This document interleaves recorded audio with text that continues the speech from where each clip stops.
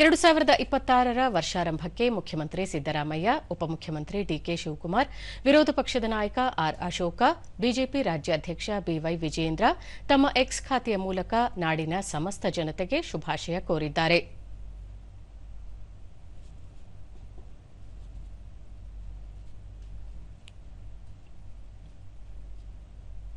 ಮುಖ್ಯಮಂತ್ರಿ ಸಿದ್ದರಾಮಯ್ಯ, ಈ ವರ್ಷ ಉತ್ತಮ ಮಳೆ ಬೆಳೆಯಾಗಿ ರಾಜ್ಯ ಸಮೃದ್ಧಿಯಾಗಲಿ, ಸಮಾಜದಲ್ಲಿ ದ್ವೇಷ, ಅಸೂಯೆ ಅಳಿದು ಪ್ರೀತಿ, ಶಾಂತಿ, ಸೌಹಾರ್ದತೆ ನೆಲೆಸಲಿ, ಶಿಕ್ಷಣ, ಉದ್ಯೋಗ ಸೇರಿ ವಿವಿಧ ವಲಯಗಳಲ್ಲಿ ತೊಡಗಿರುವ ನಾಡಿನ ಪ್ರತಿಯೊಬ್ಬರ ಬದುಕು ಉನ್ನತಿಯೆಡೆಗೆ ಸಾಗಲಿ ಎಂದು ಹಾರೈಸಿದ್ದಾರೆ.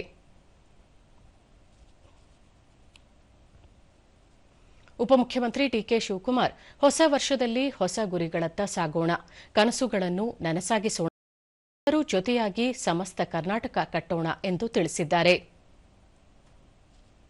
ವಿರೋಧ ಪಕ್ಷದ ನಾಯಕ ಆರ್ ಅಶೋಕ, ನೂತನ ವರ್ಷವು ಪ್ರತಿಯೊಬ್ಬರಿಗೂ ನವಸಂತಸ, ಸಂಭ್ರಮ, ನೆಮ್ಮದಿ ತರಲಿ, ಉದ್ಯೋಗ ವ್ಯಾಪಾರಗಳಲ್ಲಿ ಯಶಸ್ಸು, ಕೀರ್ತಿ ಪ್ರಾಪ್ತಿಯಾಗಲಿ ಎಂದು ಹಾರೈಸಿದ್ದಾರೆ. ಬಿಜೆಪಿ ರಾಜ್ಯಾಧ್ಯಕ್ಷ ಬಿವೈ ವಿಜಯೇಂದ್ರ, ಈ ನೂತನ ವರ್ಷ ಎಲ್ಲರ ಬದುಕಿನಲ್ಲಿ ಹೊಸ ಭರವಸೆ, ನವಚೈತನ್ಯ ಮತ್ತು ಸಮೃದ್ಧಿಯನ್ನು ಹೊತ್ತು ತರಲಿ, ಸುಖ, ಶಾಂತಿ ಮತ್ತು ಉತ್ತಮ ಆರೋಗ್ಯ ಲಭಿಸಲಿ ಎಂದು ತಿಳಿಸಿದ್ದಾರೆ.